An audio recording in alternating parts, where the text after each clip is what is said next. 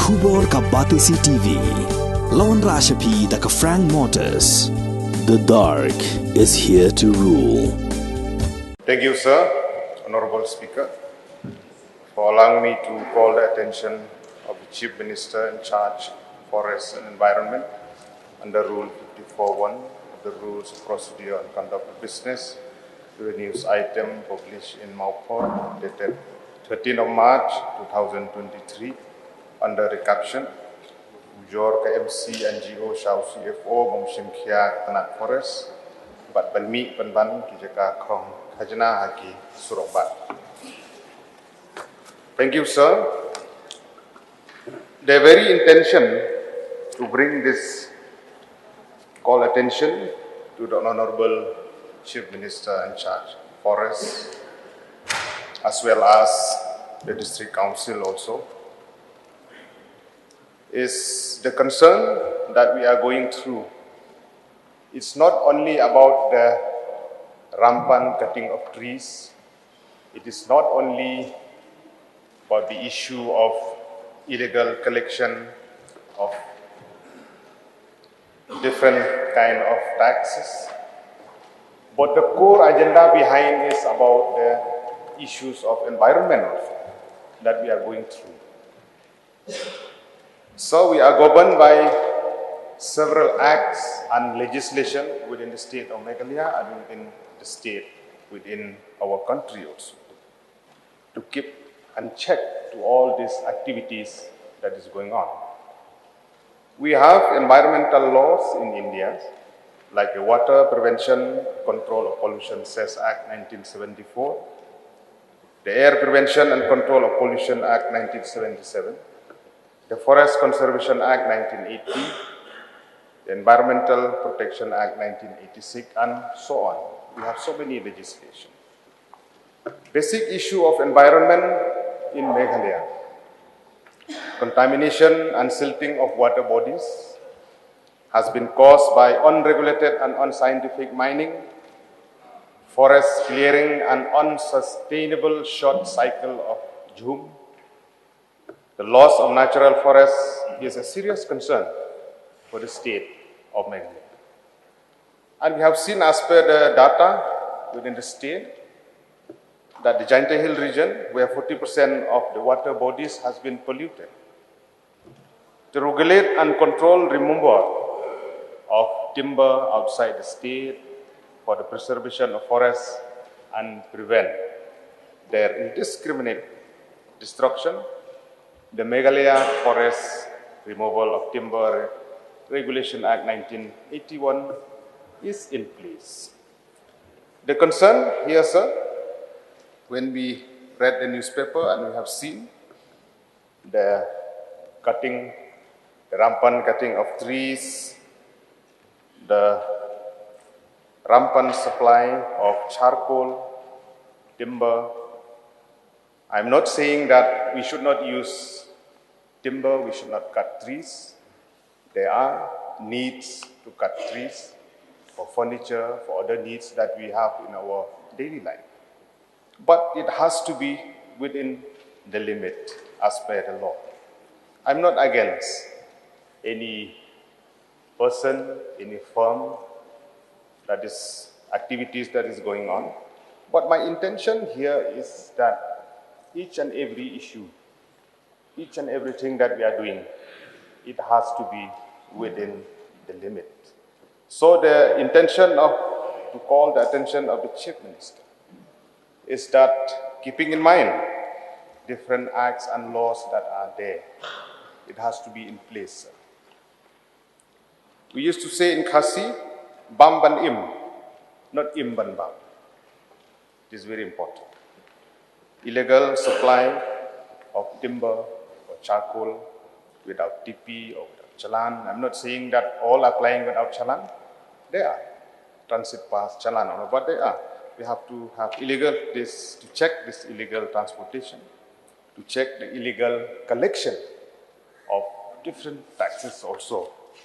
So I essentially urge the department, the police, the district council, be it the KHADC or JHADC, the forest department, to look into the aspect how to check the rampant destruction of forests as well as the illegal collection of different taxes within the state.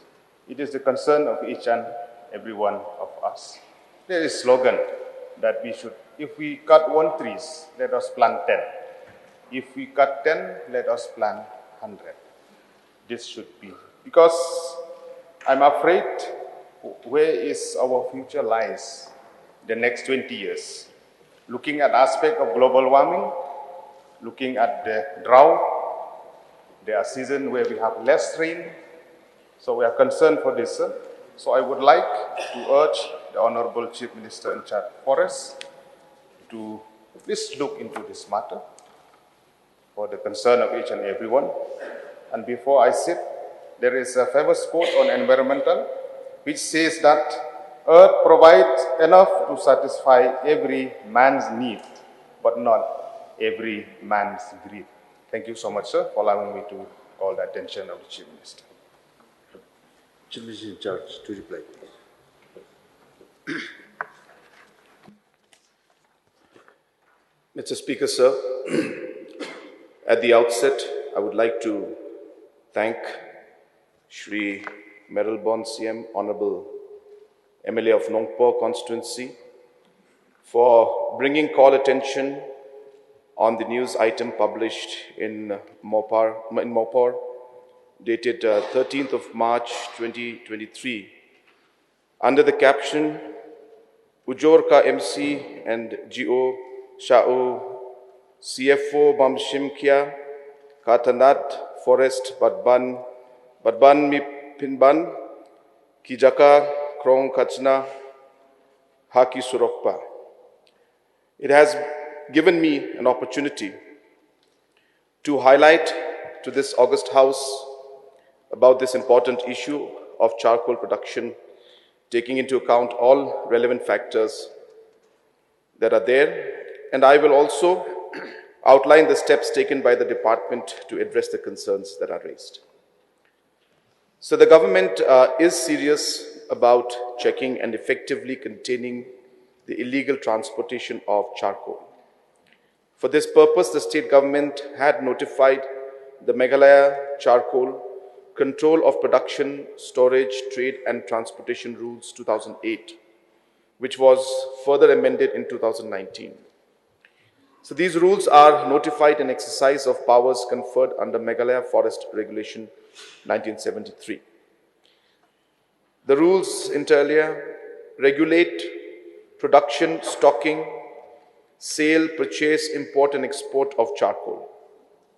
Under these rules, the producers and stockists of charcoal are required to apply for registration to the divisional forest officer concerned, and renewal of such registration could be done after a period of 1 year with the prior approval of the principal chief conservator of forest. In the event of contravention of these rules, the license of registered producers or stockists is liable to cancellation. These registered producers or stockists are also required to maintain correct and true records in respect of production, receipt, disposal and trade of charcoal.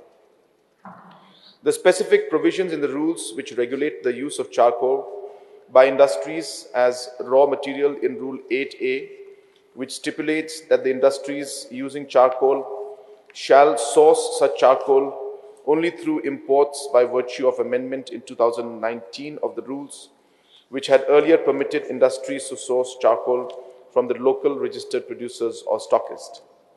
The rules also provide that the transportation of charcoal shall be done only under the authority of a transit pass issued by a forest officer authorized by the divisional forest officer. The rules also provide for inspecting consignments of charcoal while being transported, and any infringements of these regulatory and prohibitive provisions is an offence punishable under Section 41 of the Meghalaya Forest Regulation. Thus, it may be seen that the entire procedure of production, storage, transport, export, import and sale of charcoal is strictly regulated along with punitive provisions. With the intention to penalize effectively offences of this nature involving illegal transport of forest produce, the state government had amended the Meghalaya Forest Regulation 1973 in 2021 by enacting Meghalaya Forest Regulation Amendment Act 2021. The Meghalaya Forest Regulation 1973 is an adapted version of the Assam Forest Regulation 1891 and had largely remained unamended ever since. Section 41 of the Meghalaya Forest Regulation 1973 prescribes penalties for illegal transport of forest produce, which also includes charcoal.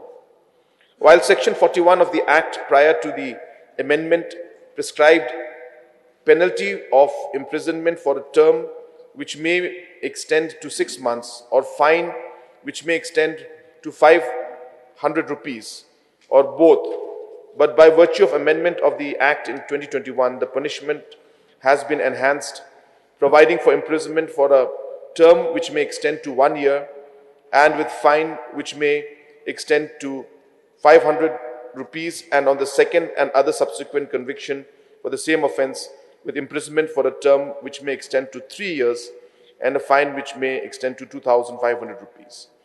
The amended Meghalaya Forest Regulation also provides for confiscation of forest produce, which also includes illegally manufactured or transported charcoal.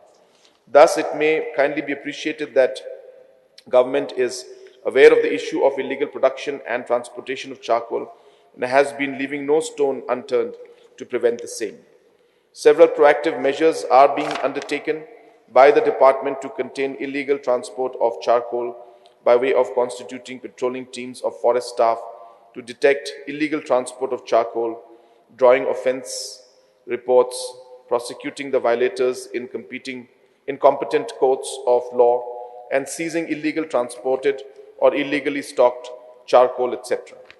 The ferroalloy industry, which are consumers of charcoal, are regularly inspected for any illegal storage and illegal use of charcoal in their plants. In Ribhoi and West Khasi Hills district, during the last 5 years, 23 cases have been filed in the court of law for illegal transport, production or storage of charcoal. In West Khasi Hills district alone, 13 cases were filed in 2022 for illegal production of charcoal. Apart from these, 2 cases have been compounded for such offences in Ribhoi district. Further, a total quantity of 95 metric tons of charcoal has been seized during the last 5 years, and a total sum of 2,60,000 has been realized as compounding fees. Recently, the DFO Nongstoin has attempted to control illegal production and transport of charcoal by requesting the district magistrate to promulgate Section 144 CRPC in West Khasi Hills district. The West Khasi Hills Forest Division has also conducted awareness camps in the villages, besides use of social media to spread the message of importance of conservation of our forest resources. It may not be inappropriate to state that the area of operation and jurisdiction of the state forest personnel has been circumscribed by virtue of para 3(1)(b) of the 6th schedule of the Constitution, which restricts the jurisdiction of the State Forest Department in the management of forest to only state-owned forests vis-a-vis reserved forest, protected forest, national parks and wildlife sanctuaries. Management of forests other than state-owned forest falls within the jurisdiction of the autonomous district councils. The district councils in exercise of jurisdiction conferred under these provisions of the Constitution have legislated their respective forest laws. For example, the Khasi Jaintia Hills Autonomous District Council have legislated United Khasi Jaintia Hills Autonomous District Council Management and Control of Forest Act 1958. Thus, vast forest areas which are under the private or community ownership falls under the jurisdiction of autonomous district councils, who are also expected to take steps to control illegal production and transport of charcoal. It would be worthwhile to state that no case of illegal production of charcoal has been detected in either reserved forest or protected forests in Ribhoi District and West Khasi Hills District. The attention of this August House is also drawn to the fact that the NGOs of Meghalaya, the Meghalaya Clean and Green Organization, have complained to the Chief Forest Officer, Khasi Hills Autonomous District Council, against the illegal transport of charcoal. Therefore, all the three stakeholders need to combine their forces, will and spirit, and the resources they have in their respective control to tackle the menace of illegal production and transport of charcoal. The State Forest Department would also be more alert and vigilant in these matters and continue to inspect the vehicles plying through their check gates to detect vehicles carrying illegal consignment of charcoal and take appropriate action against such illegal consignments and perpetrators of such offence in accordance with law. I once again thank the Honourable MLA of Nongpo constituency for bringing the call attention on this important matter, and I resume my seats. Sri Honorable CM, you may seek one clarification. I would like to express my sincere thanks to the Honorable Chief Minister in charge Forests for elaborately explaining about the issue concern of the public at large. I have only one clarification. That is, I'm happy to hear that the reserve forest has no extract of charcoal, but at the same time, the Forest Department to keep a check on even on private forests also, so that this thing won't happen, so that it won't hamper the environmental issues that we have. At the same time, to have a regular checking on the ferroalloys industry factory that we have, so that check and balance will be there at due course of time. So I have noted down the suggestions.